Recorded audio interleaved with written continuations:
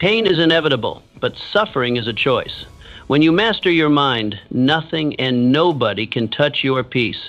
You become unshakable. Insults slide off. Loss is met with resilience. Betrayal sharpens your strength. But if you remain vulnerable to the opinions and actions of others, you hand them your power. True invincibility is built within, not granted by the world. Will you fortify your mind or keep surrendering it to the storms of life? The choice is yours, and it changes everything. In just a few moments, you'll learn how to make your mind unbreakable, so nobody and nothing can hurt you again. You are untouchable when you control your mind. When you gain command over your thoughts, you become invincible against the arrows of criticism, the daggers of doubt, and the bullets of betrayal. Picture this moment. Standing firm amidst a storm while others are swept away, maintaining perfect composure when chaos surrounds you, smiling confidently when challenges mount. This mental fortress isn't built overnight. It emerges brick by brick, thought by thought, decision by decision, until one day you realize that external circumstances no longer dictate your internal state. What once pierced your heart now bounces off your mental armor. Those who master their mind have discovered the secret to becoming truly untouchable. Why does mental control create this shield of invulnerability? Because everything in life, every emotion, every reaction, every pain must first pass through the gateway of your thoughts before affecting you. Consider this truth. No person can make you feel inferior without your permission. No circumstance can devastate you without your mental cooperation. The world's greatest achievers throughout history understood that control over one's thoughts translates directly into control over one's destiny. When you decide what enters your mental space and what doesn't, you effectively determine what influences your life and what becomes irrelevant background noise. So how do you develop this mental mastery that renders you untouchable? Start by becoming the vigilant gatekeeper of your thoughts. Examine each idea that attempts entry. Does it serve your highest good or undermine your potential? Practice detached observation of negative emotions without becoming them. Spend 15 minutes each morning in perfect silence, directing your thoughts deliberately toward your deepest objectives. Create distance between stimulus and response through strategic pauses. Surround yourself with materials and individuals who strengthen rather than weaken your mental resolve. Remember that your mind grows in whatever direction you consistently feed it. Choose nourishment that builds resilience. Eunice Waymont, born in a small town with dreams bigger than her circumstances, she faced blatant rejection when attempting to study classical piano due to her race. Rather than internalizing this pain, she transformed it into fuel. By controlling her mental response to discrimination, she channeled her talents differently, eventually becoming one of the most influential musical voices of her generation. When critics attacked her unconventional style, when venues refused her performances, when the industry tried to mold her into something more marketable, she remained psychologically untouchable. Her mind belonged to her alone, and from that sovereignty came her undeniable power. Have you ever noticed how two people can experience identical circumstances, yet emerge with completely different outcomes? What separates the person crushed by criticism from the one who grows stronger through it? What distinguishes the entrepreneur who collapses after failure from the one who builds an empire from those same ruins? The difference lies not in external forces, but in mental management. Are you currently allowing people's opinions to penetrate your psychological boundaries? Are temporary setbacks dictating your sense of self-worth? Might your greatest limitation be the unguarded nature of your thoughts, rather than the obstacles before you? The moment you fully comprehend that nothing has power over you except that which you grant through your thinking, that's when true freedom begins. Your untouchable nature awaits your recognition. Your emotions can't break you when you build your shield. Your emotions arrive like waves, sometimes gentle ripples, sometimes crushing tsunamis, but their power to harm you dissolves completely when you construct your emotional shield. Envision this reality. Tears fall, but don't consume you. Anger rises, but doesn't control you. Fear appears, but doesn't paralyze you. This emotional fortification represents the difference between living at the mercy of feelings versus commanding them with wisdom and purpose. The shield doesn't eliminate emotions. it transforms your relationship with them. Instead of being tossed about on stormy emotional seas, you become the steady lighthouse, observing the tempest without being damaged by it. Those who build this protective barrier discover a profound truth. Feelings can inform you without defining you.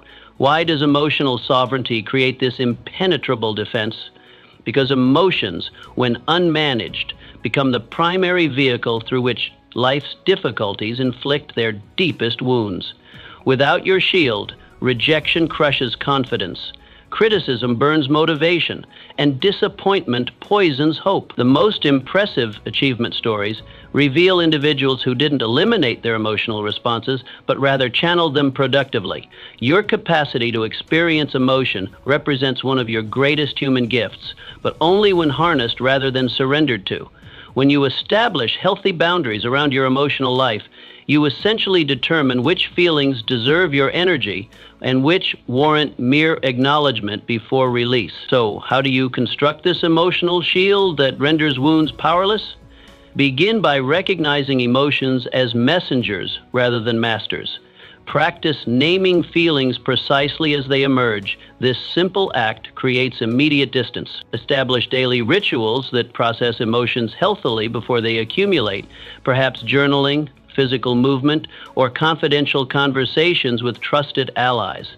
Consciously disrupt destructive emotional patterns by introducing deliberate pauses when triggered.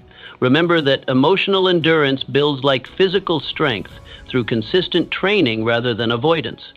Feed your emotional resilience through inspiration, rest, connection, and gratitude. Most importantly, practice accepting emotions without attaching your identity to them. Margaret Hendricks. As the first woman appointed to a prestigious financial institution's board, she encountered vicious personal attacks, questioning her capabilities based purely on gender. Rather than allowing humiliation and resentment to derail her mission, she crafted an exceptional emotional shield. When colleagues deliberately excluded her from critical meetings, when news scrutinized her personal life while ignoring male counterparts' achievements, when investors threatened withdrawal based on outdated beliefs, she maintained unwavering emotional equilibrium, not through coldness or detachment, but through mastery of her emotional responses. Her shield wasn't about feeling nothing. It was about choosing which feelings deserved her precious energy. Have you noticed certain emotions consistently derail your progress toward meaningful goals? What would become possible if disappointment no longer devastated you for days, but merely informed you for moments? Could your current emotional patterns be habits rather than inevitabilities?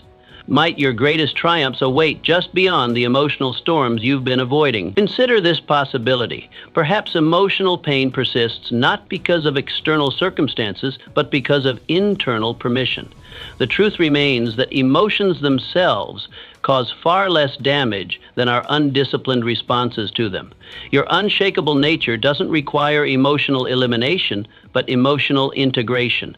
When you grasp that emotions can enrich your experience without controlling your direction, that's when genuine freedom emerges. Your shield awaits your construction. Transform every pain into your greatest power. Your deepest wounds contain the seeds of your most extraordinary strengths when you master the alchemy of transforming pain into power. Imagine this transformation.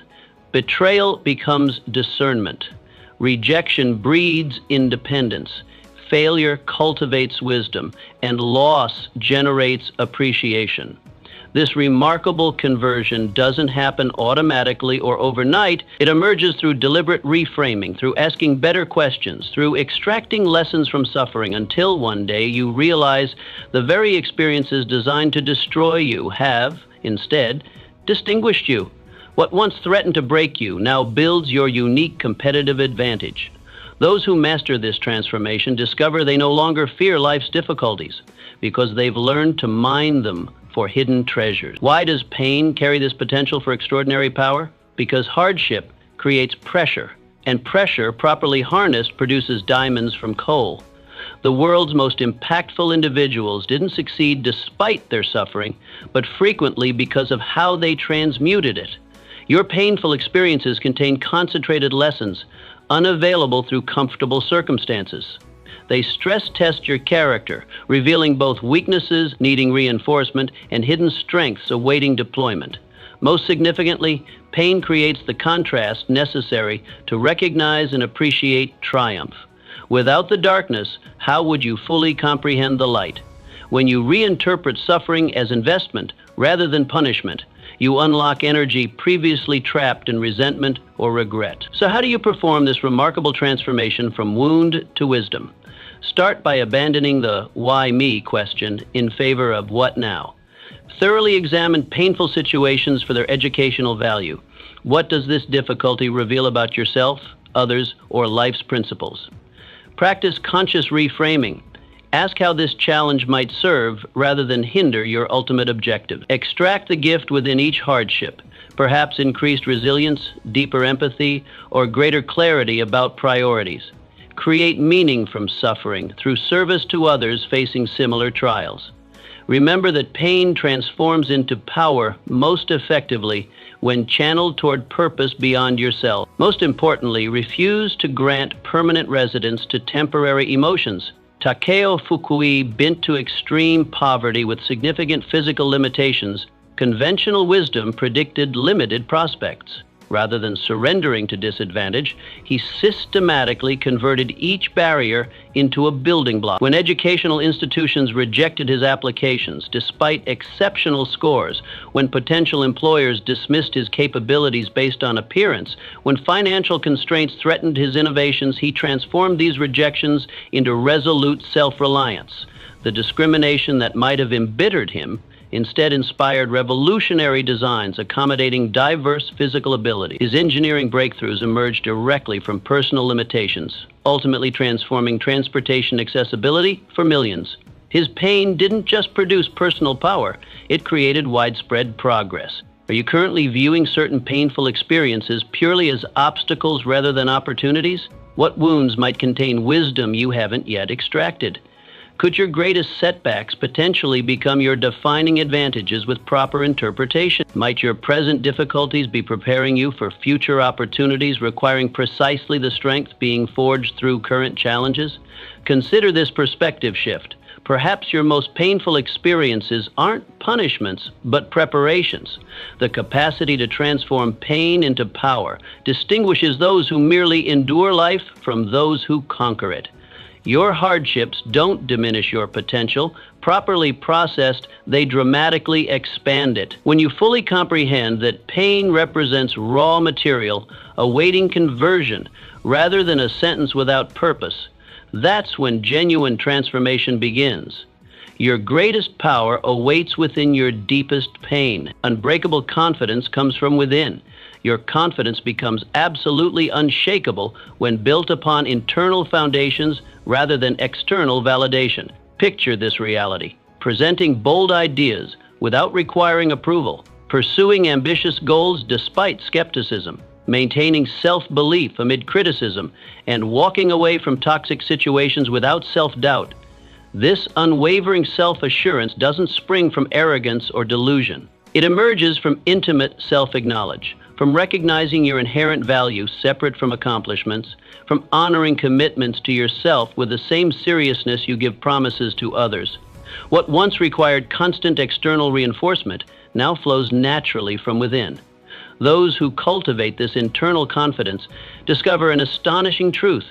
They no longer live hostage to others' evaluations because they've established their own unshakable standard. Why does internally generated confidence provide this bulletproof protection? Because confidence built on external validation remains perpetually vulnerable to outside forces beyond your control.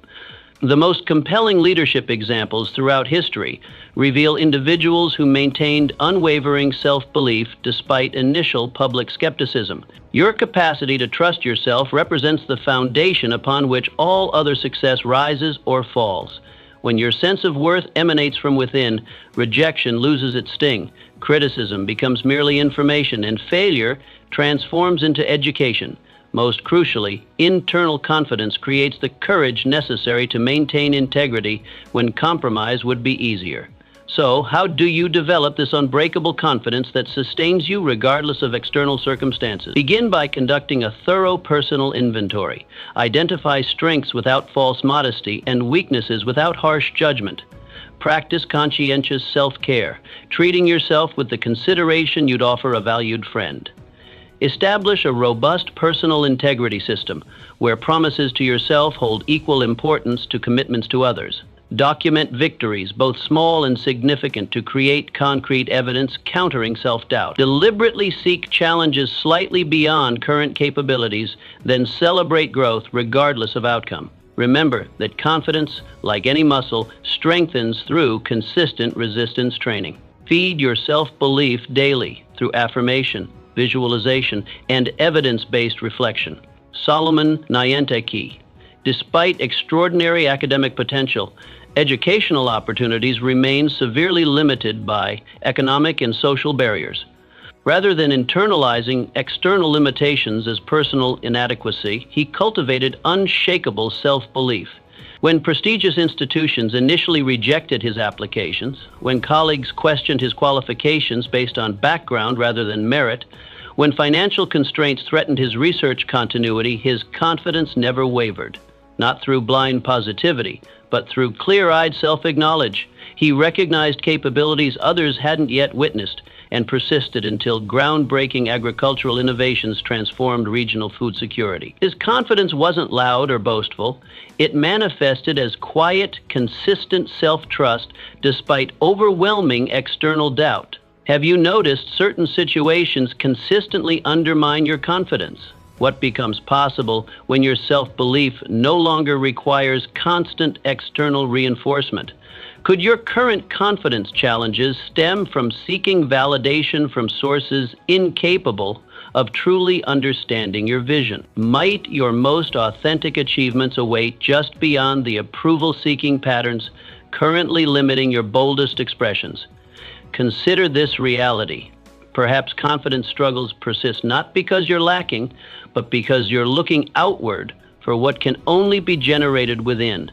The truth remains that sustainable confidence cannot be given or taken by others. It must be internally cultivated and protected. Your unshakable nature doesn't require universal approval, but unwavering self-trust.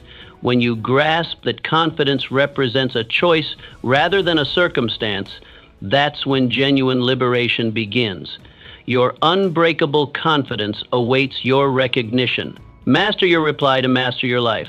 Your complete liberation emerges when you master your response to external forces rather than attempting to control them. Envision this mastery, maintaining perfect peace amid chaos, converting obstacles into opportunities, finding humor during hardship, and creating value from situations others consider worthless. This response sovereignty doesn't suggest pretending difficulties don't exist. It means developing such command over your reactions that you extract advantage from any circumstance life presents. What once appeared as insurmountable problems now register as interesting challenges worthy of your creative engagement. Those who achieve this response mastery discover an extraordinary truth. They need not control external conditions because they've perfected control over their internal condition. Why does response mastery create this unparalleled freedom? Because while external circumstances remain largely outside your jurisdiction, your responses remain entirely within it. History's most consequential figures demonstrated not immunity from difficulties, but remarkable capacity to fashion constructive responses to them. Your power to choose reactions rather than succumb to reflexes represents your most decisive advantage in any situation. When you cultivate intentional responses rather than automatic reactions, setbacks become temporary rather than terminal. Criticism becomes informative rather than destructive, and failures become educational rather than definitional. Most significantly, response sovereignty prevents external forces from determining your internal state. So how do you develop this response mastery that transforms every external challenge into internal victory? Start by creating deliberate space between stimulus and response, the momentary pause that permits choice rather than compulsion. Practice reframing adverse situations through alternative perspectives. What opportunities might exist within this apparent problem? Develop questions that automatically redirect your focus during difficulties. What can I learn here? Or how might I use this? Strengthen your contextual awareness by regularly zooming outward from immediate circumstances to broader patterns and purposes. Remember that response muscles, like physical ones, develop through consistent resistance training rather than comfortable repetition. Feed your response sovereignty through studying how history's greatest achievers converted crushing defeats into defining victories. Victoria Woodhull, faced with seemingly impenetrable barriers to participation in financial markets based on gender, she developed extraordinary response mastery when established institutions rejected her participation despite demonstrated aptitude, when media attacks targeted her character rather than her ideas, when regulatory obstacles threatened her innovative approaches. She refused reactive indignation in favor of strategic recalibration. Rather than exhausting energy fighting systems designed against her success, she created parallel structures that eventually transformed the very marketplace that initially excluded her. Her response sovereignty wasn't about passive acceptance, but strategic redirection. Her strength manifested not in controlling unchangeable circumstances, but in controlling her engagement with them. Are you currently expending precious energy trying to change immovable external conditions rather than mastering your response to them? What possibilities might emerge if you redirected that same intensity toward internal sovereignty? Could your greatest current frustrations actually represent disguised opportunities for demonstrating creative response? Might your present challenges be perfectly designed to develop precisely the response muscles required for your next level of achievement? Consider this fundamental shift. Perhaps your circumstances appear limiting, not because of their inherent nature, but because of your habitual reactions to them.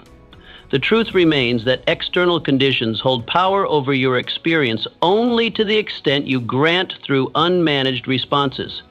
Your liberation doesn't require controlling the uncontrollable, but mastering what remains forever within your control. When you fully comprehend that circumstances don't determine your destiny, but merely reveal your response patterns, that's when genuine mastery begins. Your sovereignty awaits your recognition. Daily decisions determine your destiny. Your life's trajectory isn't shaped by occasional monumental choices, but by the consistent daily decisions you make when nobody's watching. Visualize this compounding effect. Small disciplines accumulating into towering achievements. Minor compromises deteriorating into major character flaws. Tiny improvements snowballing into transformative progress. This decision architecture doesn't announce itself dramatically. It operates quietly, moment by moment, choice by choice, building your future while you remain barely conscious of its construction. What appears as sudden success or failure actually represents the inevitable outcome of thousands of seemingly insignificant decisions. Those who master this decision awareness discover an empowering truth. They need not control circumstances because they've mastered the choices governing their response to any circumstance. Why do daily decisions carry this extraordinary destiny-shaping power? Because life follows the principle of compound interest applied to character and capability. History's most remarkable achievers rarely possessed unusual talent, but demonstrated unusual decision consistency. Your seemingly minor choices determine your information diet, your relationship quality, your health trajectory, and ultimately your opportunity landscape.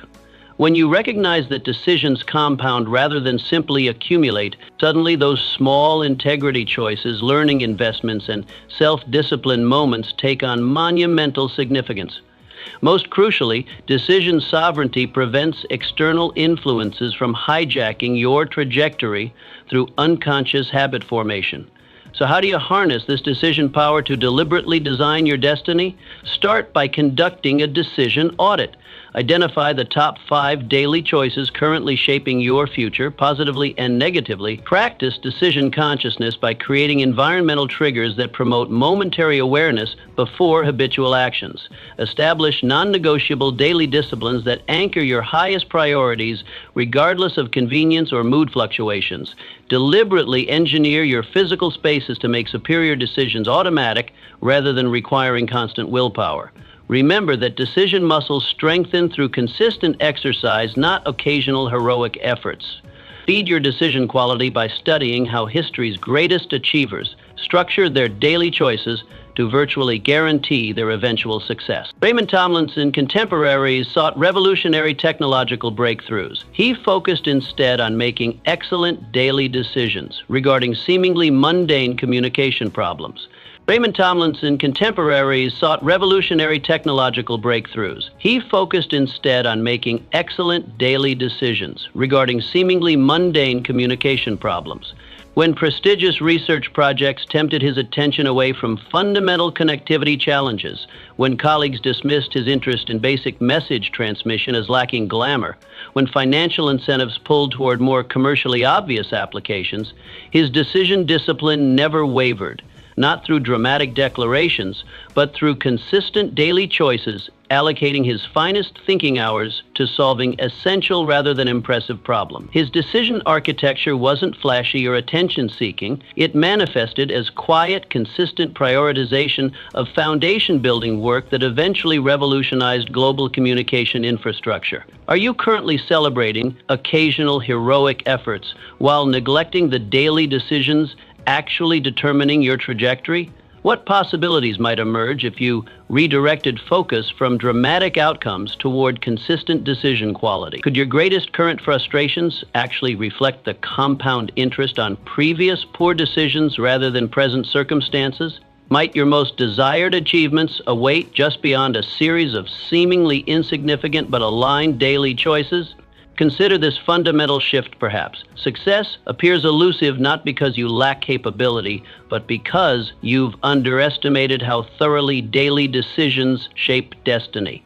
The truth remains that external circumstances influence your future primarily through their impact on your decision patterns. Your destiny ownership begins with decision ownership. When you fully comprehend that life doesn't happen to you, but emerges from these thousands of seemingly minor choices, that's when genuine empowerment begins. Your extraordinary destiny awaits your daily decisions. Your thoughts create your reality. Your entire experience of life flows directly from the quality and direction of your thinking patterns. Envision this causality: expectations becoming experiences, assumptions transforming into perceptions, beliefs manifesting as behaviors, and thoughts crystallizing into circumstances. This thought-reality connection doesn't operate mystically, but psychologically and practically. It shapes how you interpret events, what opportunities you recognize, which actions you consider possible, and ultimately, what results you achieve. What once appeared as random external events now reveals itself as the natural outgrowth of internal mental activity. Those who master their thought patterns discover a transformative truth. They need not constantly battle external conditions because they've learned to address those conditions at their source. Why do thoughts wield this reality-creating power? Because your mind operates as both filter and projector, determining what you notice and how you respond to everything you experience. Historical analysis of extraordinary achievers reveals not unusual circumstances, but unusual thought patterns about common circumstances. Your mental activity determines which information receives focus, what meaning gets assigned to events, which responses seem available, and what level of persistence appears warranted. When you recognize that thoughts precede and shape every aspect of experience, suddenly mental management becomes not optional self-improvement, but essential life navigation. Most significantly, thought mastery prevents circumstances from controlling your internal condition through automatic interpretation habits. So how do you harness these thought patterns to deliberately design your reality? Begin by conducting a thought inventory. Identify recurring mental patterns, creating both empowerment and limitation in your experience. Practice thought consciousness through regular intervals of deliberate mental observation without judgment. Establish specific replacement patterns for disempowering thoughts that currently divert your energy and focus. Engineer your information environment to support mental patterns aligned with your highest aspirations. Remember that thought habits, like physical ones, transform through consistent new input rather than occasional inspiration. Feed your thought quality by studying how history's most consequential figures maintained extraordinary mental discipline amid challenging external circumstances. Gertrude Elion, encountering pervasive gender barriers in scientific research, she maintained thought patterns fundamentally different from equally talented contemporaries. When research positions remained closed despite exceptional qualifications, when laboratory colleagues dismissed contributions based on gender rather than merit, when academic publications rejected submissions without substantive review, her thought discipline remained uncompromised. Rather than internalizing external limitations, she consistently directed thinking toward unexplored research avenues accessible despite institutional barriers. Her thought mastery wasn't about positive platitudes, but strategic mental allocation. She refused to waste precious cognitive resources on resentment, instead investing that same mental energy into innovative problem solving that eventually transformed pharmaceutical development against conditions previously considered untreatable. Are you currently allowing circumstances to dictate your thought patterns rather than using thought patterns to transform your circumstances? What possibilities might emerge if you redirected the mental energy currently spent analyzing problems toward envisioning solutions? Could your greatest present limitations actually reflect thought boundaries rather than external barriers? Might your desired achievements await just beyond updated thought patterns about what's possible for someone with your background and resources? Consider this paradigm shift. Perhaps success appears distant, not because external conditions oppose you, but because internal thought patterns haven't aligned with its requirements. The truth remains that circumstances influence your experience primarily through the thoughts you maintain about them. Your reality creation begins with thought creation. When you fully comprehend that conditions don't create thoughts, but thoughts create conditions, that's when genuine transformation begins. Your extraordinary reality awaits your thought patterns. Fear disobles when fear grows paralyzing power completely, when overshadowed by compelling purpose. Imagine this transformation: speaking confidently to large audiences despite previous social anxiety, pursuing ambitious objectives despite criticism, concerns, initiating crucial conversations despite rejection possibilities, and taking calculated risks despite failure potential. This fear transcendence doesn't occur through elimination, but through substitution, replacing fear's dominance with purpose's greater magnetism. What once stopped you cold now barely registers as background noise during purpose-driven action. Those who discover sufficiently meaningful purpose find an empowering truth. They need not become fearless because they've become purpose-focused. Why does purpose create this fear-dissolving effect?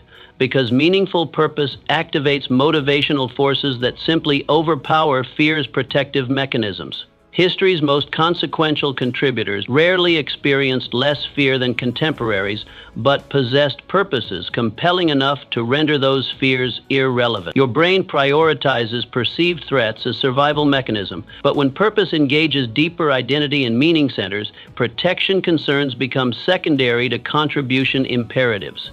When clear purpose establishes why action remains essential despite discomfort, suddenly feeling ready becomes unnecessary for forward movement.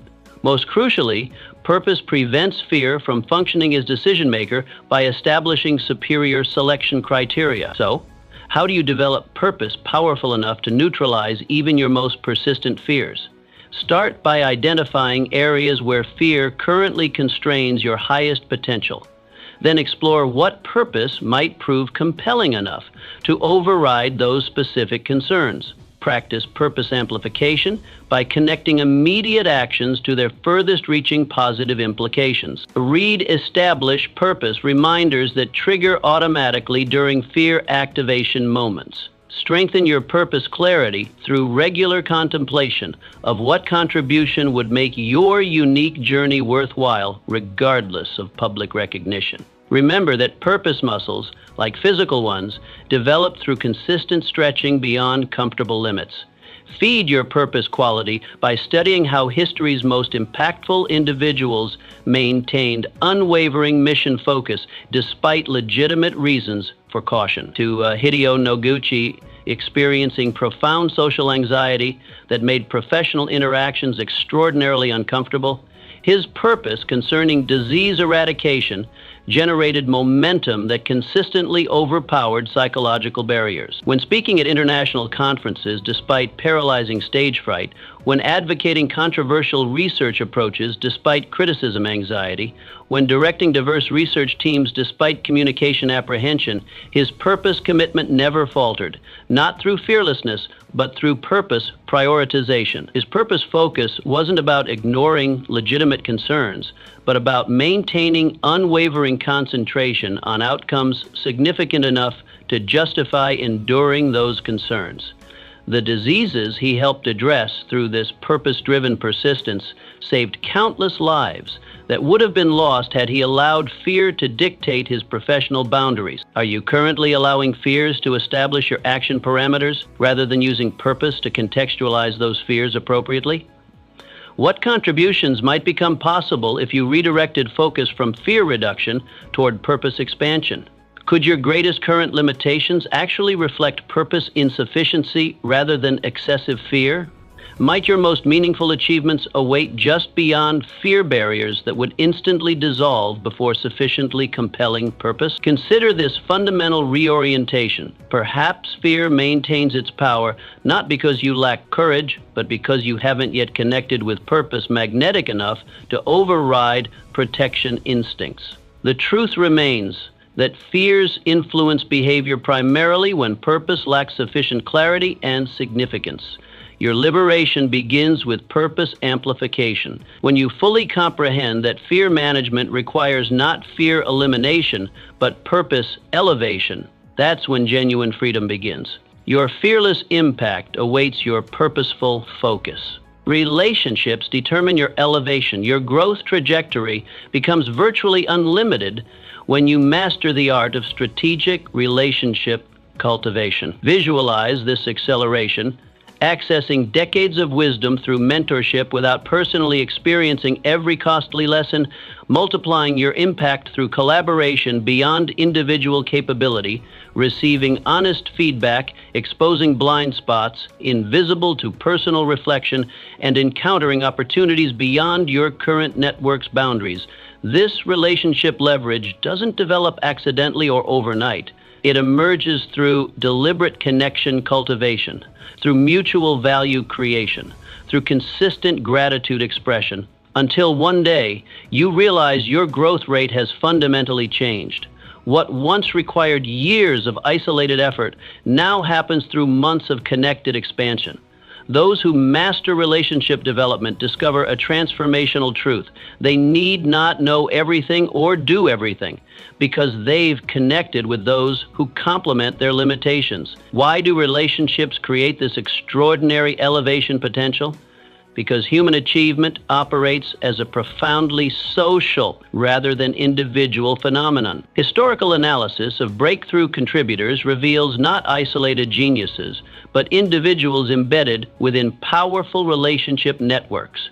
Your connection quality determines your information access, your opportunity visibility, your resource availability, and ultimately your achievement ceiling. When you recognize that relationships function as growth accelerators rather than mere social pleasantries, suddenly strategic connection cultivation becomes essential infrastructure rather than optional networking.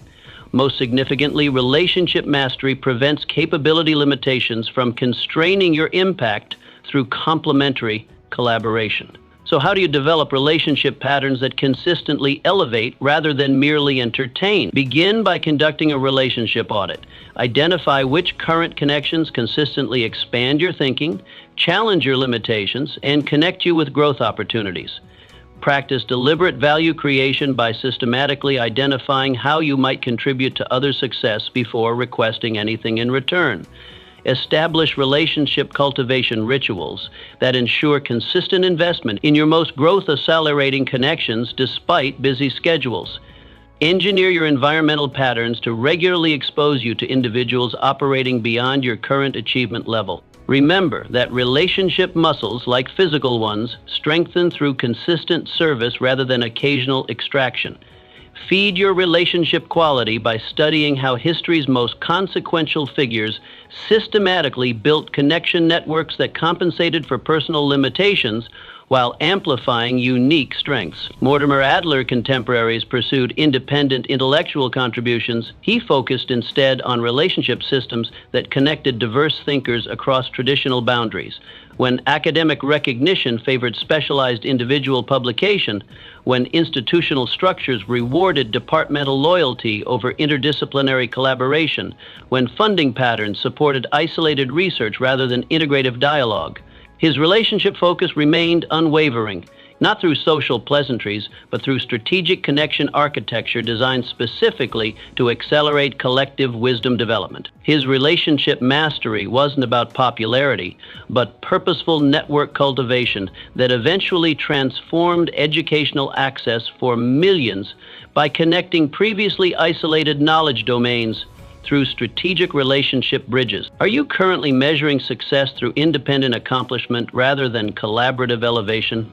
What possibilities might emerge if you redirected focus from personal capability development toward strategic relationship cultivation?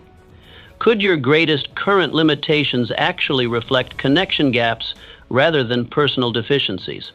Might your most significant achievements await just beyond relationship bridges you haven't yet built intentionally? Consider this fundamental reorientation.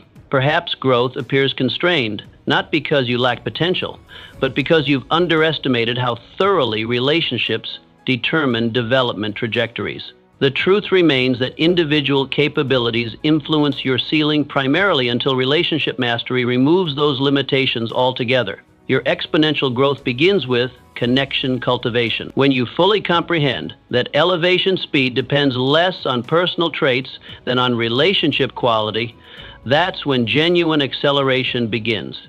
Your extraordinary elevation awaits your relationship mastery. Resilience transforms setbacks into comebacks. Your capacity to transform devastating defeats into defining victories depends entirely upon resilience development. Imagine this alchemical process. Business failures becoming entrepreneurial education, rejections revealing redirection opportunities, health challenges generating deeper appreciation, and relationship disappointments clarifying authentic connection requirements. This resilience alchemy doesn't happen automatically. It emerges through deliberate meaning making, through strategic response selection, through intentional growth extraction, until eventually you realize setbacks that devastate others barely interrupt your forward momentum. What once appeared as momentum-destroying obstacles now register as necessary course corrections, guiding you towards superior destinations.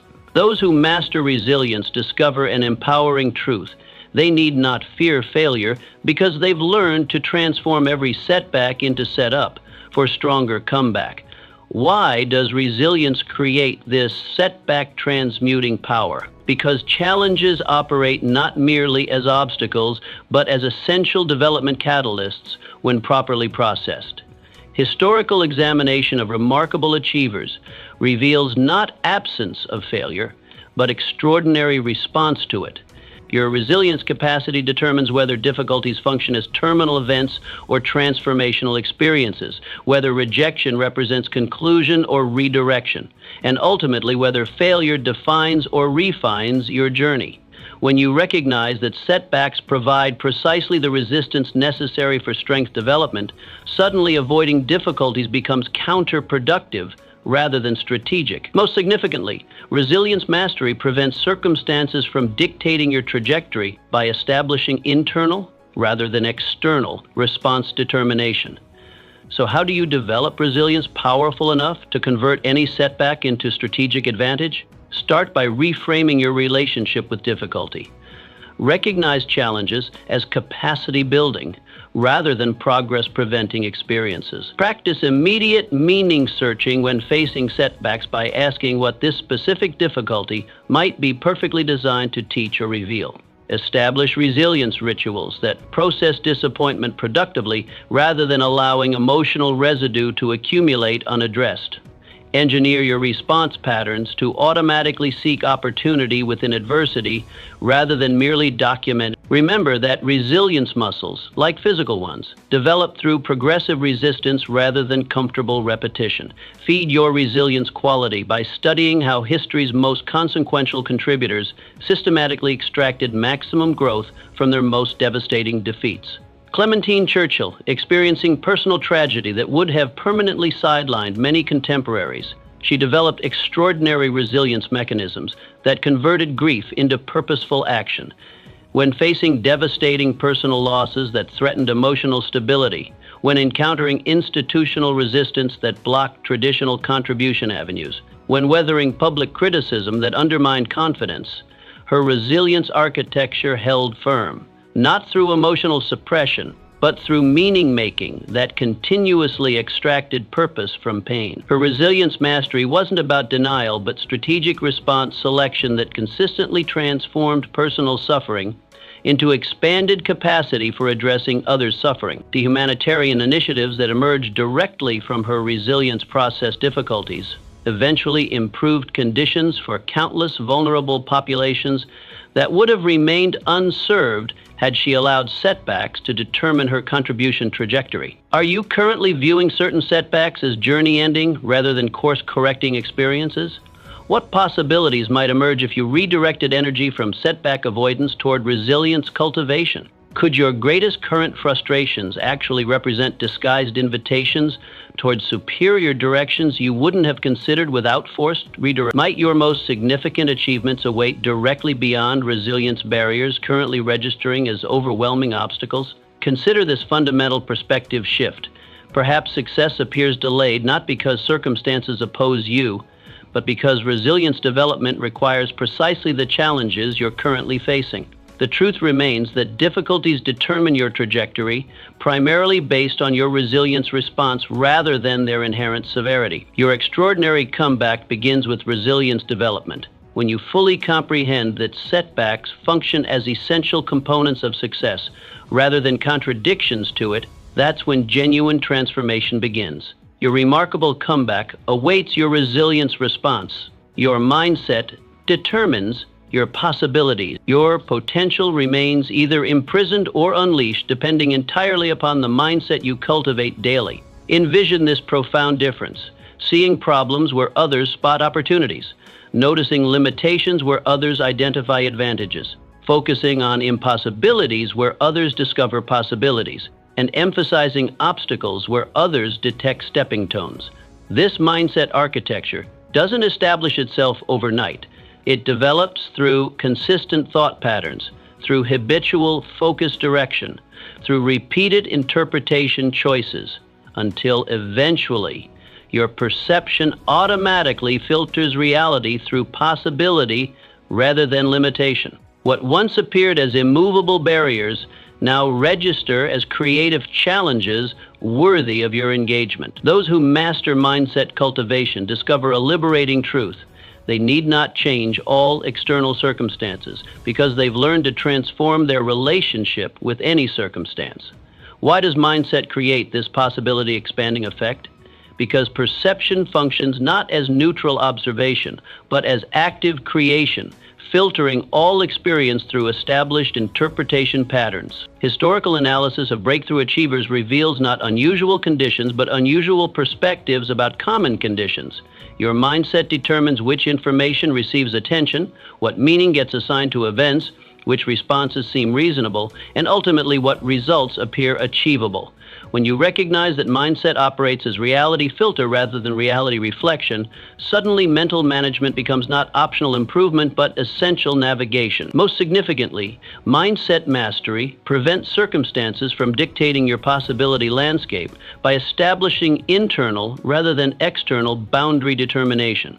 So, how do you develop a mindset that consistently expands rather than contracts your possibility perception? Begin by conducting a mindset audit. Identify recurring thought patterns, creating both opportunity awareness and artificial limitations. Practice perspective flexibility by deliberately adopting multiple viewpoints about challenging situations.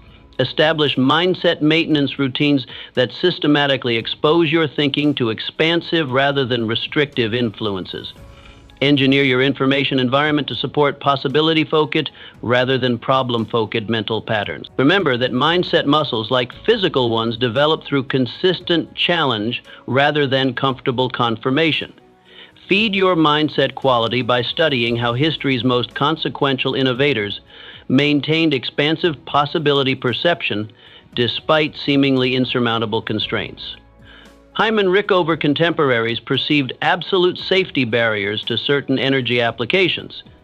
He maintained fundamentally different possibility perceptions. When conventional wisdom declared specific engineering challenges unsolvable, when institutional forces resisted exploring unproven methodologies, when resource limitations threatened project viability, his possibility mindset never wavered.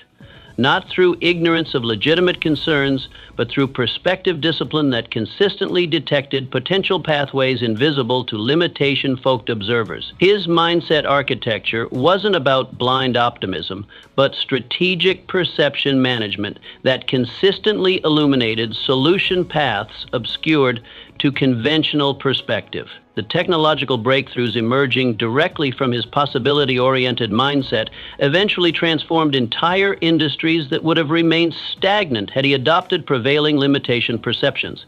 Are you currently allowing artificial mental barriers to establish your achievement parameters rather than using mindset to expand possibility landscapes? What opportunities might become visible if you deliberately shifted perspective from limitation documentation toward possibility detection? Could your greatest current frustrations actually reflect perception patterns rather than genuine barriers? Might your most significant achievements await just beyond mindset limitations currently masquerading as external obstacles? Consider this fundamental reorientation perhaps. Success appears elusive not because external conditions oppose you, but because internal perception patterns haven't aligned with its requirements.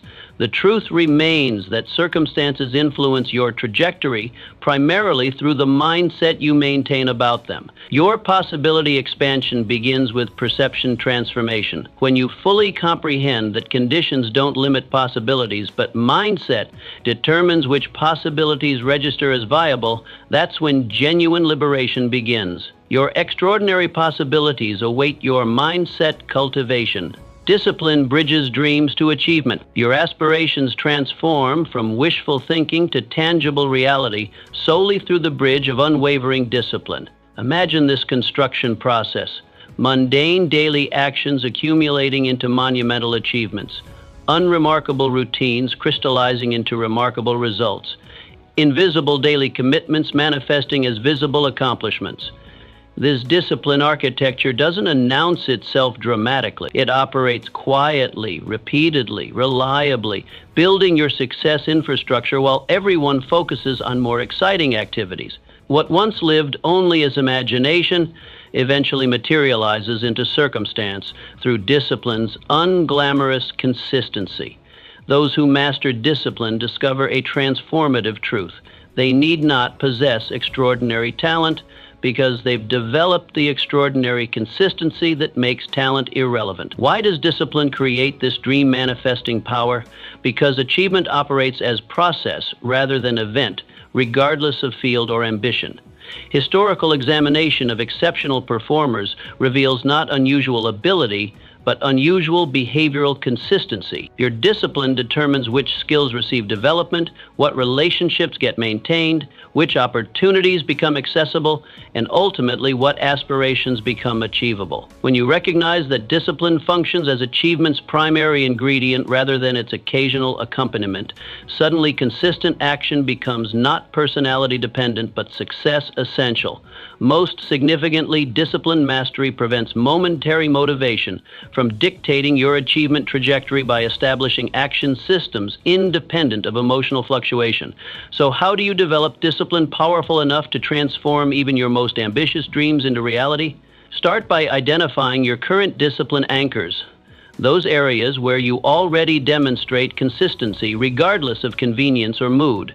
Practice progressive discipline expansion by systematically installing new habit patterns around existing consistency nodes. Establish environmental triggers that initiate action sequences before motivation or willpower become relevant to the decision. Engineer your physical spaces and social circles to support rather than sabotage your most important discipline commitments.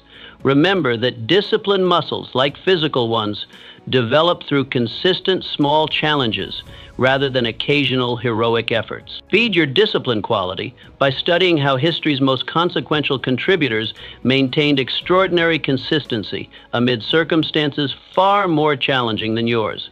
Satoshi Omura, brilliantly talented contemporaries, pursued sporadic research based on shifting interests.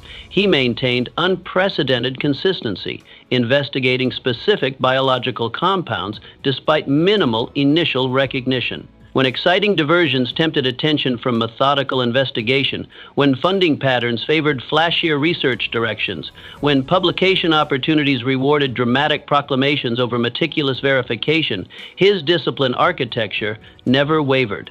Not through superhuman willpower, but through systematized action patterns that continued functioning regardless of motivational fluctuation. His discipline mastery wasn't about personality traits, but process design that eventually yielded medical breakthroughs that would have remained undiscovered had he allowed emotional variation to dictate research consistency. Are you currently treating discipline as a personality trait you either possess or lack, rather than a systematizable process available to anyone? What achievements might materialize if you redirected focus from motivation cultivation toward consistent action architecture?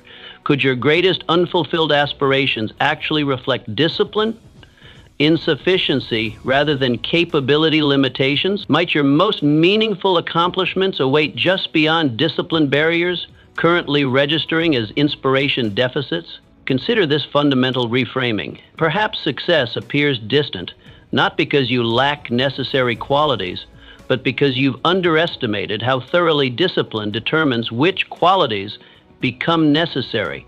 The truth remains that talents influence achievement, primarily when discipline converts potential into performance. Your dream manifestation begins with disciplined installation. When you fully comprehend that success requires not better dreams, but better discipline, that's when genuine transformation begins. Your extraordinary achievements await your disciplined action. Your environment shapes your evolution. Your development trajectory becomes virtually predetermined by the environmental influences you consistently expose yourself to. Visualize this profound influence, absorbing thought patterns from your 5 closest relationships, adopting standards from your most frequented communities, internalizing values from your regular information diet, and developing ambitions based on your visibility horizons. This environmental architecture doesn't announce its shaping power. It operates invisibly, continuously, cumulatively, molding your becoming while you remain barely conscious of its influence. What once appeared as personal choice increasingly reveals itself as environmental imprint. Those who master environmental design discover a transformative truth.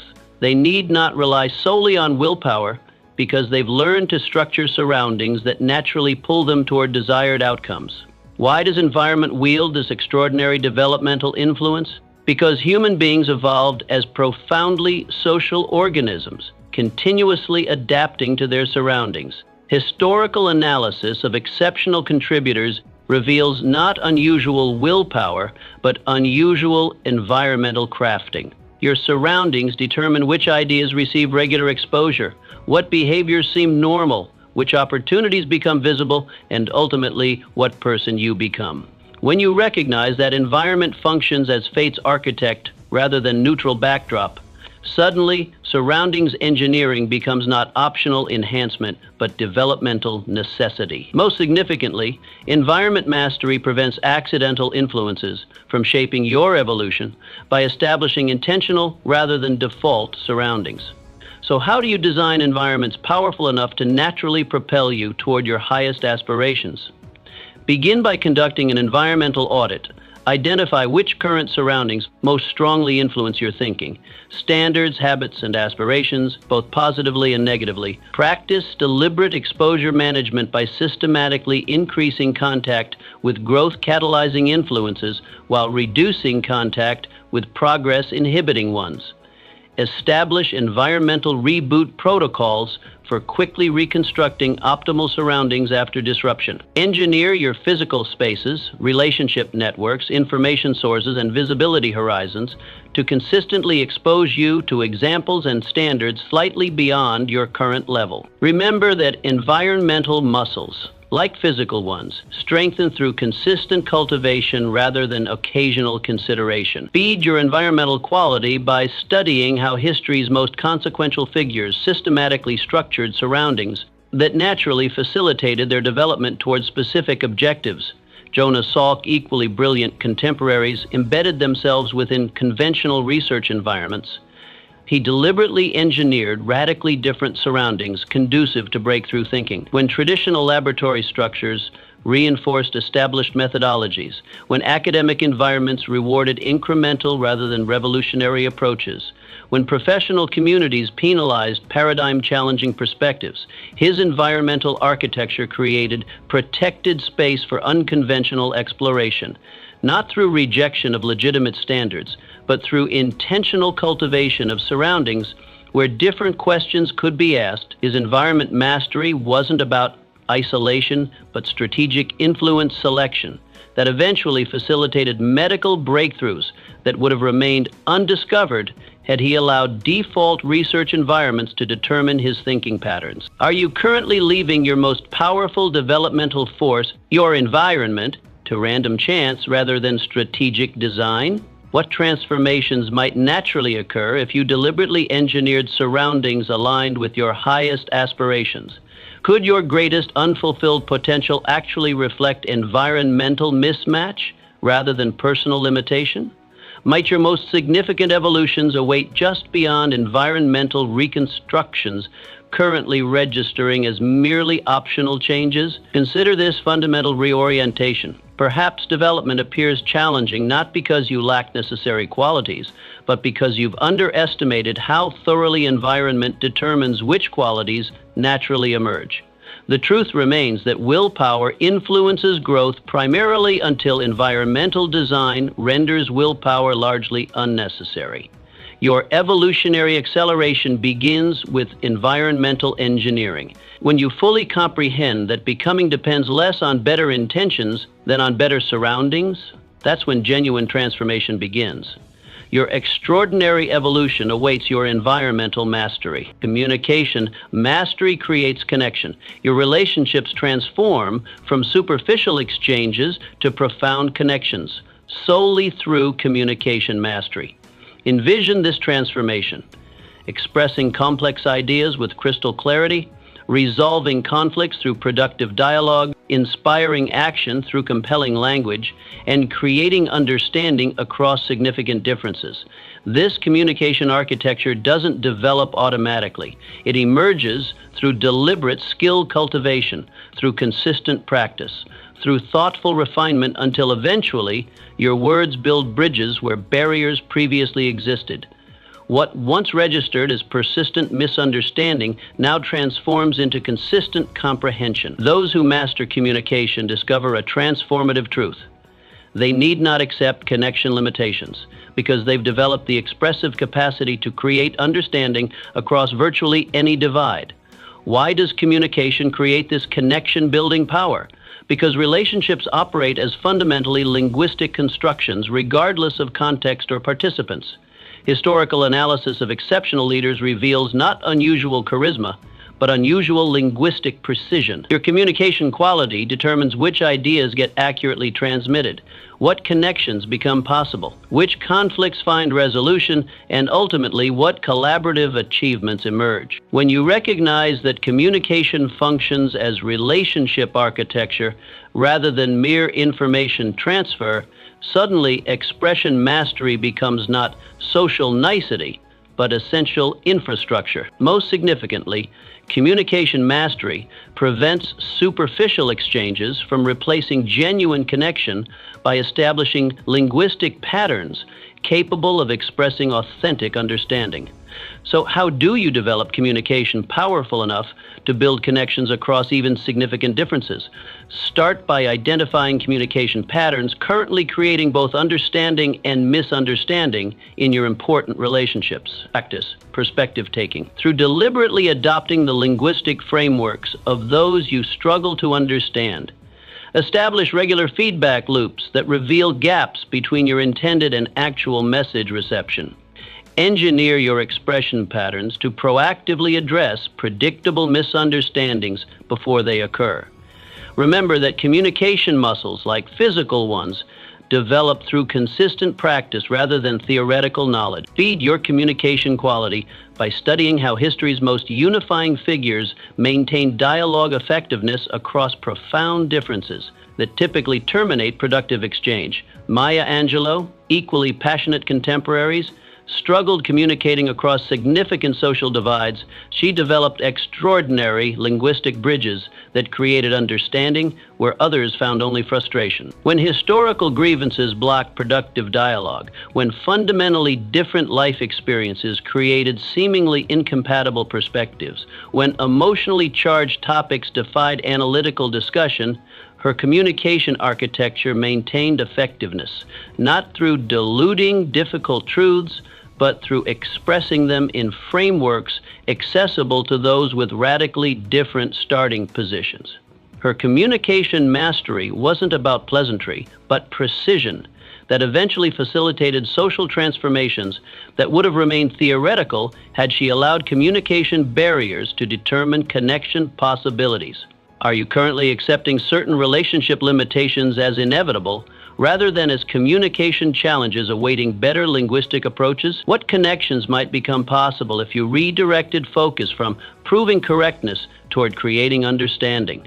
Could your greatest relationship frustrations actually reflect communication insufficiency rather than inherent incompatibility? Might your most meaningful collaborations await just beyond communication barriers, currently registering as irreconcilable differences? Consider this fundamental reframing. Perhaps connection appears impossible, not because differences are too great, but because communication approaches haven't matched those differences' complexity. The truth remains that differences limit relationships primarily when communication fails to bridge them adequately. Your connection development begins with communication mastery. When you fully comprehend that understanding requires not agreement but effective expression, that's when genuine transformation begins. Your extraordinary connections await your communication development. Gratitude transforms perspective completely. Your entire perception shifts fundamentally when gratitude becomes your dominant mental mode rather than occasional emotional response. Imagine this transformation, finding abundance where others see scarcity, noticing progress amidst apparent setbacks, experiencing contentment within ambitious striving, and discovering opportunities within challenges. This gratitude orientation doesn't emerge through occasional appreciation. It develops through systematic thankfulness practice, through deliberate benefit identification, through consistent blessing documentation, until eventually your perception automatically illuminates gifts within every circumstance. What once triggered complaint or comparison now generates genuine appreciation. Those who master gratitude discover a liberating truth. They need not wait for perfect circumstances because they've learned to extract meaningful value from any circumstance. Why does gratitude create this perspective transforming effect? Because appreciation functions not merely as response to blessings, but as revealer of blessings previously invisible to complaint-oriented perception. Historical examination of exceptionally effective individuals reveals not unusual advantages, but unusual appreciation for common advantages.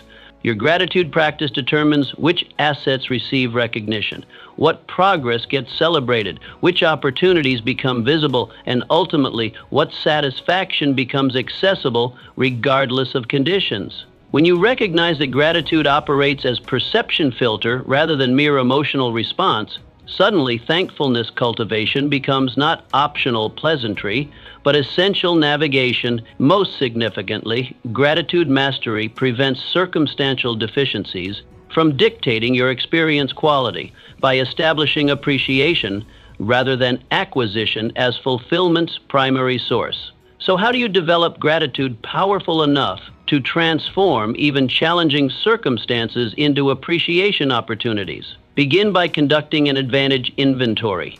Systematically document benefits you regularly enjoy but rarely acknowledged across physical, relational, opportunity, and resource dimensions. Practice contrast consideration by regularly reflecting on how your current conditions would appear from less advantaged perspectives. Establish daily gratitude rituals that direct attention towards specific blessings before engagement with daily challenges.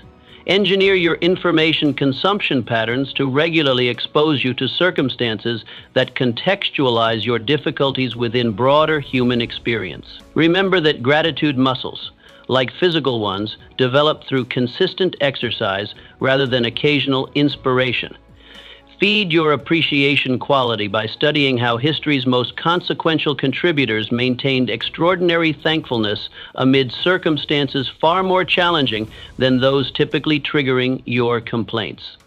Viktor Frankl, contemporaries focused primarily on damage documentation. He maintained fundamentally different appreciation patterns that detected meaning possibilities within even the most adverse circumstances. When conventional therapeutic approaches emphasized limitation analysis, when cultural narratives reinforced victim identification, when personal history suggested permanent psychological damage, his gratitude architecture remained operational, not through denying legitimate suffering, but through illuminating previously unrecognized gifts accessible even within that suffering. His gratitude mastery wasn't about forced positivity, but perspective. Discipline that consistently detected meaning dimensions invisible to complaint-oriented observation. The psychological healing approaches emerging directly from his appreciation-oriented perspective. Are you currently allowing circumstantial imperfections to determine your experience quality, rather than using gratitude to extract meaning from any circumstance? What perspective shifts might naturally occur if you systematically redirected attention from what's missing toward what's present? Could your greatest current dissatisfactions actually reflect appreciation deficits rather than genuine circumstantial problems? Might your most satisfying experiences await just beyond gratitude barriers currently registering as legitimate complaints? Consider this fundamental reorientation. Perhaps fulfillment appears elusive, not because conditions oppose it, but because appreciation practices haven't developed sufficiently to reveal it. The truth remains that circumstances influence satisfaction primarily through the gratitude lens through which you perceive them. Your experience transformation begins with appreciation, cultivation. When you fully comprehend that fulfillment requires not perfect conditions, but practiced gratitude, that's when genuine liberation begins. Your extraordinary perspective awaits your gratitude development. Your habits determine your destination. Your life's ultimate destination emerges not from occasional inspired actions, but from the small habits you repeat daily. Envision this cumulative power, minor health choices accumulating into vibrant energy or chronic disease, small learning practices compounding into wisdom or stagnation, tiny relationship investments growing into profound connection or isolation. This habit infrastructure doesn't announce its trajectory-determining influence. It operates silently, consistently, predictably, carrying you toward inevitable destinations while you remain focused on more immediate concerns. What initially appears as insignificant routine eventually reveals itself as destiny's architect. Those who master habit design discover a transformative truth. They need not rely on motivation or willpower because they've developed automated systems that naturally deliver their desired outcomes. Why do habits wield this extraordinary destination-determining power? Because life follows compounding principles where small, consistent actions produce dramatically different long-term results. Historical analysis of exceptional achievers reveals not heroic willpower, but strategic habit architecture. Your routines determine which skills receive compound growth, what relationships enjoy consistent investment, which opportunities become accessible through preparation, and ultimately, what person you inevitably become. When you recognize that habits function as automated destiny rather than mere convenience, suddenly routine design becomes not optional improvement, but essential navigation. Most significantly, habit mastery prevents momentary desires from derailing your long-term trajectory by establishing automated behaviors aligned with ultimate objectives. So, how do you design habits powerful enough to deliver you to your most desired destinations? Begin by conducting a habit audit. Identify which current routines are carrying you toward and away from your ultimate objectives. Practice habit stacking by anchoring new behaviors to existing automated sequences. Establish implementation intentions that specify precisely when and where key habits will execute, removing ambiguity that enables procrastination. Engineer your physical environments to make positive habits require less friction than negative alternatives. Remember that habit muscles, like physical ones, develop through consistent small repetitions rather than occasional maximum efforts. Feed your habit quality by studying how history's most consequential contributors systematically structured daily routines that virtually guaranteed their eventual success regardless of motivation fluctuation. Margaret Hamilton, equally brilliant contemporaries, approached work inconsistently based on inspiration or deadline pressure. She maintained extraordinary routine discipline that produced unprecedented software reliability. When industry standards accepted error inevitability, when deadline pressures encouraged procedural shortcuts, when overnight coding marathons represented admired heroics, her habit architecture operated differently, not through superhuman discipline, but through systematized routines that automatically generated exceptional quality regardless of external circumstances. Her habit mastery wasn't about personality traits, but process design that eventually delivered technological breakthroughs that would have remained impossible had she relied on inspiration rather than installation. The mission-critical systems emerging directly from her habit-driven approach eventually transformed entire industries that previously considered certain reliability levels unachievable. Are you currently focused on motivation cultivation rather than habit installation as your primary success strategy? What results might automatically materialize if you redirected energy from willpower development toward routine design? Could your greatest unfulfilled aspirations actually reflect habit insufficiency rather than capability limitations? Might your most meaningful achievements await just beyond habit barriers currently masquerading as motivation deficits? Consider this fundamental reorientation. Perhaps success appears elusive, not because you lack necessary qualities, but because you've underestimated how thoroughly habits determine which qualities become expressed. The truth remains that intentions influence outcomes, primarily until habits render intentions largely irrelevant. Your destination mastery begins with habit engineering. When you fully comprehend that achievement requires not better goals but better systems, that's when genuine transformation begins. Your extraordinary destination awaits your habit design. Focus diminish what you accomplishments result directly from what captures your consistent attention rather than your sporadic intentions. Imagine this selection power, deliberately directing mental energy towards specific objectives while excluding countless distractions, maintaining concentration on long-term priorities despite immediate temptations, investing premium thinking hours in highest value activities regardless of convenience.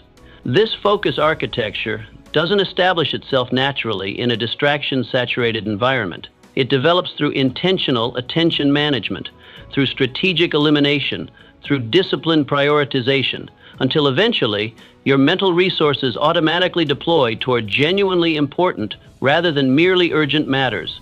What once scattered across countless interesting but ultimately unproductive paths now channels into fewer but exponentially more consequential directions. Those who master focus discover a transformative truth. They need not accomplish everything because they've learned to accomplish the vital few things that genuinely matter.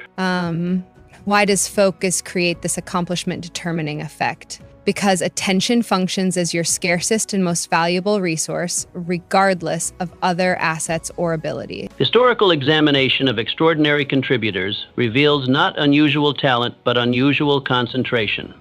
Your focus allocation determines which opportunities receive development, what problems find solutions, which relationships experience deepening, and ultimately what contributions materialize from your potential. When you recognize that attention operates as achievement's primary currency rather than its occasional facilitator, suddenly focus management becomes not productivity technique, but essential strategy. Most significantly, focus mastery prevents trivial many from displacing vital few by establishing attention allocation systems based on significance rather than convenience. So how do you develop focus powerful enough to consistently accomplish what matters most amid endless distractions? Start by conducting an attention audit document where your focus actually goes, rather than where you believe it goes across typical days. Practice ruthless elimination by systematically removing activities that consume attention without producing proportional value. Establish distraction defense protocols that create protected space for deep concentration on your most important work. Engineer your digital and physical environments to make focusing on priorities require less willpower than surrendering to distractions. Remember that focus muscles, like physical ones, strengthen through progressive challenge rather than random exertion. Feed your concentration quality by studying how history's most consequential contributors maintained extraordinary attention discipline amid circumstances far more challenging than typical modern distraction. Rachel Carson's knowledgeable contemporaries dispersed attention across numerous worthy causes. She maintained unprecedented focus, investigating specific ecological relationships, despite minimal initial public interest. When exciting diversions competed for limited attention, when broader environmental issues offered greater visibility, when social pressures encouraged addressing immediately popular concerns, her focus architecture held firm, not through rejection of legitimate alternatives, but through strategic concentration on specific ecological warning signs invisible to diffused attention. Her focus mastery wasn't about ignoring worthy causes, but depth prioritization that eventually catalyzed environmental awareness breakthroughs that would have remained unrecognized had she allowed scattered attention to determine her contribution pattern. Are you currently measuring productivity through activity volume rather than focused accomplishment of genuinely important objectives? What breakthrough contributions might emerge if you deliberately narrowed attention toward fewer but more significant priorities? Could your greatest unfulfilled potential actually reflect focus fragmentation rather than capacity limitation? Might your most meaningful achievements await just beyond focus barriers currently registering as time constraints? Consider this fundamental reframing. Perhaps accomplishment appears limited, not because insufficient time exists, but because available time hasn't been protected through disciplined focus. The truth remains that capabilities influence achievement primarily when focus converts potential into performance. Your accomplishment expansion begins with attention concentration. When you fully comprehend that success requires not more hours, but better focused hours, that's when genuine transformation begins. Your extraordinary accomplishments await your focus mastery. Curiosity opens doors to new worlds. Your horizons expand exponentially when genuine curiosity replaces comfortable certainty as your dominant mental mode.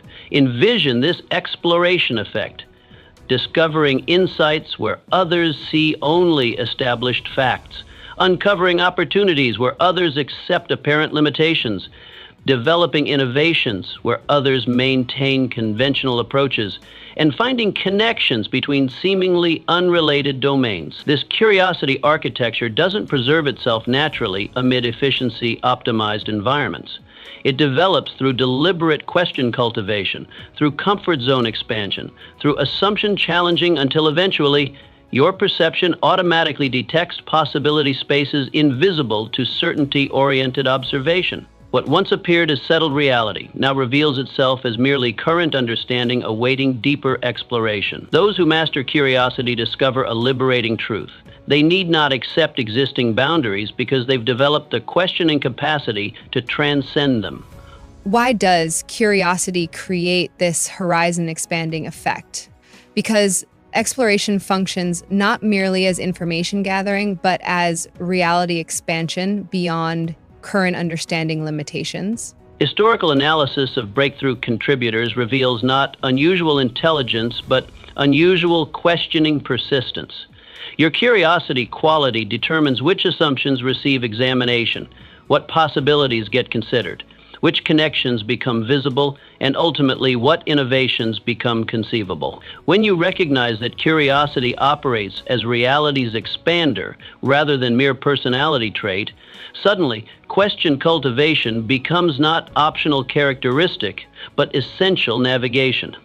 Most significantly, curiosity mastery prevents artificial limitations from constraining your possibility landscape by establishing exploration rather than acceptance as your default response to apparent boundaries. So how do you develop curiosity powerful enough to consistently uncover opportunities beyond conventional perception?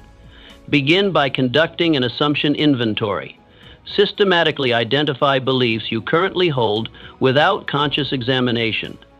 Practice beginner's mind cultivation by deliberately approaching familiar situations as if encountering them for the first time. Establish regular reality testing protocols that empirically verify rather than theoretically accept critical assumptions underlying your field. Engineer your learning routines to consistently expose you to disciplines and perspectives significantly different from your core expertise. Remember that curiosity muscles, like physical ones, develop through venturing beyond comfortable knowledge territories rather than deepening existing certainties. Feed your question quality by studying how history's most transformative innovators maintain childlike wondering despite expertise development that typically calcifies perception. Richard Feynman's brilliant contemporaries worked within established frameworks. He maintained extraordinary curiosity that questioned foundational assumptions others considered settled understanding. When conventional approaches accepted certain phenomena as ultimately mysterious, when disciplinary boundaries discouraged crossing established domains, when professional incentives rewarded working within rather than questioning paradigms, his curiosity architecture continued generating questions others overlooked.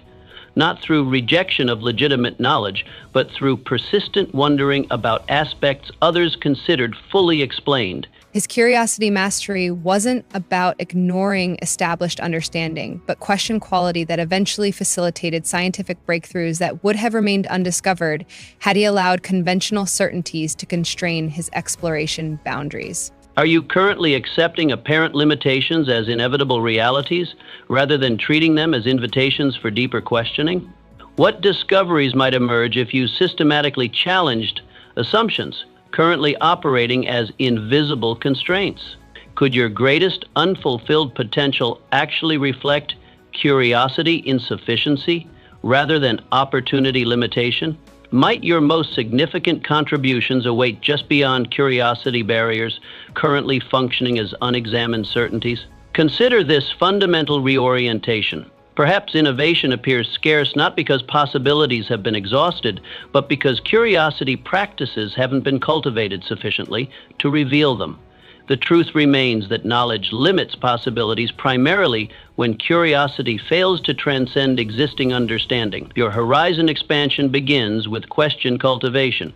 When you fully comprehend that breakthrough requires not better answers within paradigms, but better questions about paradigms, that's when genuine exploration begins. Your extraordinary discoveries await your curiosity development. Authenticity creates unstoppable momentum. Your impact expands dramatically when genuine authenticity replaces strategic conformity as your operating principle.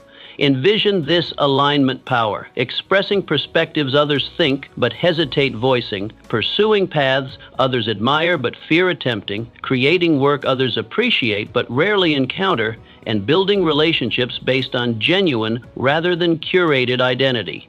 This authenticity architecture doesn't establish itself automatically within approval-oriented environments. It develops through deliberate congruence cultivation, through rejection tolerance, through self-acknowledged deepening until eventually your external expression naturally reflects your internal reality, regardless of popularity consequences. What once appeared as risky deviation now reveals itself as your unique contribution pathway. Those who master authenticity discover a liberating truth. They need not compete within crowded, conventional territories because they've accessed the uncontested space of their genuine self-expression. Why does authenticity create this momentum-generating effect? Because alignment between internal reality and external expression eliminates the extraordinary energy drain created by maintaining incongruence. The historical examination of transformative contributors reveals not unusual conformity, courage, but unusual energy conservation through congruence. Your authenticity quality determines which ideas receive your full expression, what work contains your distinct perspective, which relationships experience your genuine presence, and ultimately, what unique contribution emerges from your singular combination of traits. When you recognize that authenticity functions as energy multiplier rather than mere self-indulgence, suddenly congruence cultivation becomes not optional lifestyle but essential strategy. Most significantly, authenticity mastery prevents wasted capacity from diffusing your impact by establishing expression alignment with your genuine nature rather than prevailing expectations. So, how do you develop authenticity powerful enough to generate momentum even against cultural currents? Start by conducting a congruence audit. Identify areas where external expression significantly differs from internal reality across work, relationships, and self-presentation dimensions. Practice rejection inoculation by deliberately expressing minor authentic perspectives likely to generate disagreement. Establish regular realignment rituals that reconnect daily decisions with core values when social pressures create drift. Engineer your relationship environment to include individuals who appreciate your authentic expression rather than requiring your conformity. Remember that authenticity muscles, like physical ones, strengthen through surviving rejection rather than avoiding it. Feed your congruence quality by studying how history's most distinctive contributors maintain genuine self-expression amid circumstances far more punishing of deviation than those you typically encounter. Mary Leakey's knowledgeable contemporaries pursued investigations aligned with popular theories. She maintained unprecedented authenticity following evidence pathways incompatible with prevailing narratives. When professional advancement required supporting established chronologies, when research funding flowed toward confirming rather than questioning accepted timelines, when peer recognition demanded methodological conformity, her authenticity architecture never wavered. Not through rejection of legitimate standards, but through unwavering commitment to inconvenient evidence, even when it contradicted career-enhancing narratives. Her authenticity mastery wasn't about rebellious positioning, but congruence commitment that eventually facilitated anthropological breakthroughs that would have remained undiscovered had she allowed conformity pressures to determine her investigation boundaries. Are you currently pursuing directions based primarily on external validation patterns rather than internal authenticity signals? What distinct contributions might emerge if you redirected energy from impression management toward genuine expression? Could your greatest unfulfilled potential actually reflect congruence deficits rather than capability limitations? Might your most significant achievements await just beyond authenticity barriers currently functioning as social acceptance concerns? Consider this fundamental reframing. Perhaps distinctive impact appears elusive not because you lack necessary qualities, but because conformity patterns prevent your genuine qualities from finding expression.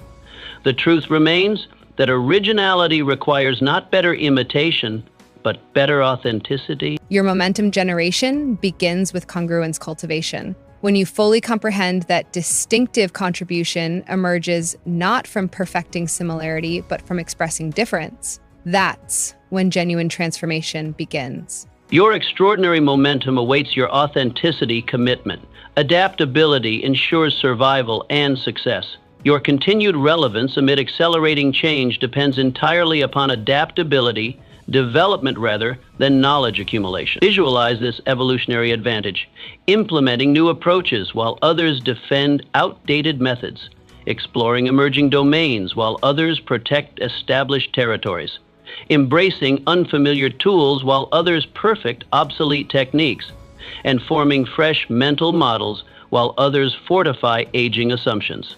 This adaptability architecture doesn't establish itself naturally within comfort-optimized psychology. It develops through deliberate flexibility cultivation, through change embracing, through continuous experimentation until eventually your operating system automatically updates in response to changing conditions rather than defending against them.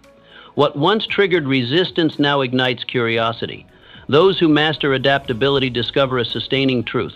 They need not fear obsolescence because they've developed the evolutionary capacity to remain relevant amid any future landscape.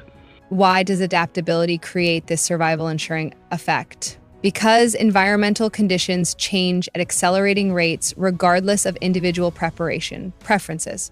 Historical analysis of enduring contributors reveals not unusual knowledge depth, but unusual updating frequency.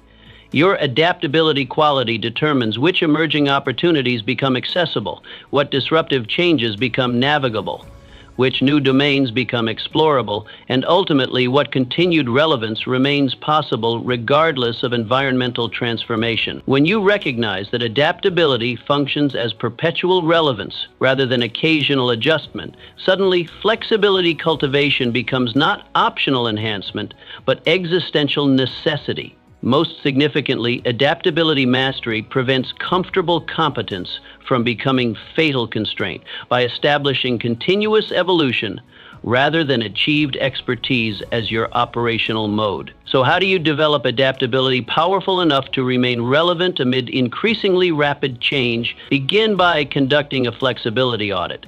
Identify areas where you currently resist updating despite evidence suggesting necessity. Practice controlled discomfort through deliberately placing yourself in unfamiliar situations requiring new skill development. Establish regular assumption testing protocols that systematically challenge mental models that may have expired without your awareness. Engineer your information environment to consistently expose you to emerging trends and tools before they become mainstream requirements.